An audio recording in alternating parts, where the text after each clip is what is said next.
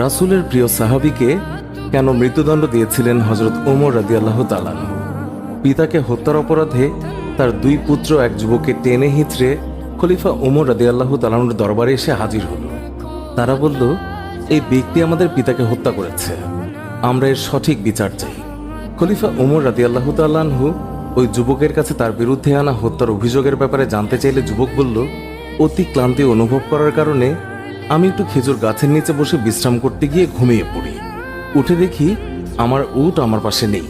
খুঁজতে গিয়ে যখন সামনের দিকে এগিয়ে যাই তখন তার মৃতদেহ পাই, যাকে ওনাদের বাবা বাগানে প্রবেশের জন্য পাথরের আঘাত করে মেরে ফেলেছে। এই বিষয়ে যখন আমি তার সাথে কথা বলতে যাই তখন অনেক কথা কাটাকাটি হয়েছিল এবং বাকবিতণ্ডার এক পর্যায়ে আমি তাকে পাথর দিয়ে আঘাত করে ফেলি, যার ফলে তিনি মারা যান, যা ছিল সম্পূর্ণ অনাকাঙ্ক্ষিত একটি ঘটনা। এর জন্য আমি ক্ষমা চাইছি। বাদীরা বলল, আমরা মৃত্যুদণ্ড চাই। হযরত ওমর রাদিয়াল্লাহু তাআলা আনহু বললেন, উটের বদলে তো তুমি একটা উট নিলেই তো হতো, কিন্তু তুমি বৃদ্ধকে হত্যা করেছ, হত্যার বদলে হত্যা। এখন তোমাকে মৃত্যুদণ্ড দেয়া হবে। তোমার কোনো শেষ ইচ্ছে থাকলে বলতে পারো। লোকটি বলল, আমার কাছে কিছু ঋণ এবং আমানত আছে। আমাকে যদি কিছুদিন সময় দিতেন তাহলে আমি বাড়ি গিয়ে সেই ঋণ এবং আমানত পরিশোধ করে আসতাম।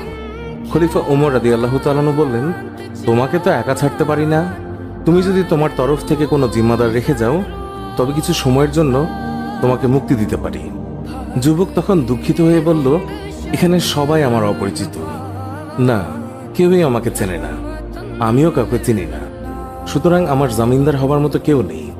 তখন হযরত আবু যর গিফরি সবার মধ্যে দিয়ে বললেন, হুজুর, আপনার যদি অনুমতি থাকে তবে আমি হতে চাই যুবকের জমিনদার। তার এই কথাতে সবাই অবাক হয়ে গিয়েছে, কারণ তিনি ওই যুবককে চিনতেন না, জানতেনও না, কিন্তু তারপরেও তিনি জমিনদার হতে রাজি হয়েছেন। খলিফা বললেন, আগামী জুম্মাবার পর্যন্ত যুবককে মুক্তি দেয়া হলো। জুম্মার আগে যুবক যদি মদিনায় না আসে তার পরিবর্তে আবু যরকে মৃত্যুদণ্ড দেয়া হবে। জামিন পেয়ে নওজোয়ান ছুটে চলল মাইলের পর মাইল দূরে তার বাড়ির দিকে, আর আবু যর গেলেন তার বাড়ির দিকে। এদিকে দেখতে দেখতে জুম্মাবার চলে এসেছে। নওজোয়ানের তো কোনো খবরই নেই। হযরত ওমর রাদিয়াল্লাহু তাআলা আনহু রাষ্ট্রীয় পত্রবাহকে পাঠিয়ে দিলেন আবু যর গিফরি রাদিয়াল্লাহু তাআলা আনহুর কাছে। সেই পত্রে লেখা ছিল, আজ বাদ জুমা সেই যুবক যদি না আসে তবে আইন মোতাবেক আবু যর গিফরি রাদিয়াল্লাহু তাআলা আনহুর মৃত্যুদণ্ড কার্যকর করা হবে। আবু যর যেন জুম্মার প্রস্তুতি নিয়ে মসজিদে নবীতে সঠিক সময় উপস্থিত হয়। খবর শুনে পুরো মদিনায় থমথমে অবস্থা। একজন নিষ্পাপ সাহাবী আবু যর গিফরি আজ বিনা দোষে মৃত্যুদণ্ডে দণ্ডিত হবে। জুম্মার পর সবাই মসজিদে নবীতে হাজির, সবার চোখে পানি। জল্লাদও প্রস্তুত। জীবনে কতজনের মৃত্যুদণ্ড দেওয়া হয়েছে তার হিসেব নেই, কিন্তু আজ কিছুতেই চোখের পানি আটকাতে পারছে না। আবু যরের মতো একজন ভালো সাহাবী আজ কিনা বিনা দোষে মৃত্যুদণ্ডে দণ্ডিত হচ্ছে, এটা কেউই মেনে নিতে পারছে না। এমনকি মৃত্যুদণ্ডের আদেশ প্রদানকারী খলিফা ওমর রাদিয়াল্লাহু তাআলা আনহু তিনিও অনবরত কাঁদছেন, তবুও আইন নিজের গতিতেই চলবে। তখন আবু যর গিফরি রাদিয়াল্লাহু তাআলা আনহু নিশ্চিন্ত মনে হাসি মুখে এক কোনায় দাঁড়িয়ে মৃত্যুদণ্ডের জন্য প্রস্তুত। জল্লাদ ধীর গতিতে আবু যর গিফরির দিকে এগোচ্ছেন আর কাঁদছেন।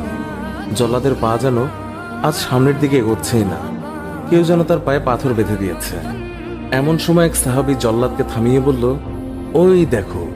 ওই দেখো মরুভূমিতে ধুলোর ঝড় উড়িয়ে কে যেন আসছে, একটু থামো, হতে পারে ওটা যুবকের ঘোড়ার ধুলি, একটু দেখে নাও, তারপর না হয় আবু যরের মৃত্যুদণ্ড কার্যকর করো। কাছে এলে দেখা যায় ওটা ওই যুবকেরই ঘোড়া। যুবক বলল, হুজুর, বেয়াদবি মাফ করবেন, পথে যদি ঘোড়া পায়ে ব্যথা না পেত তাহলে সঠিক সময়ে এসে পৌঁছাতাম।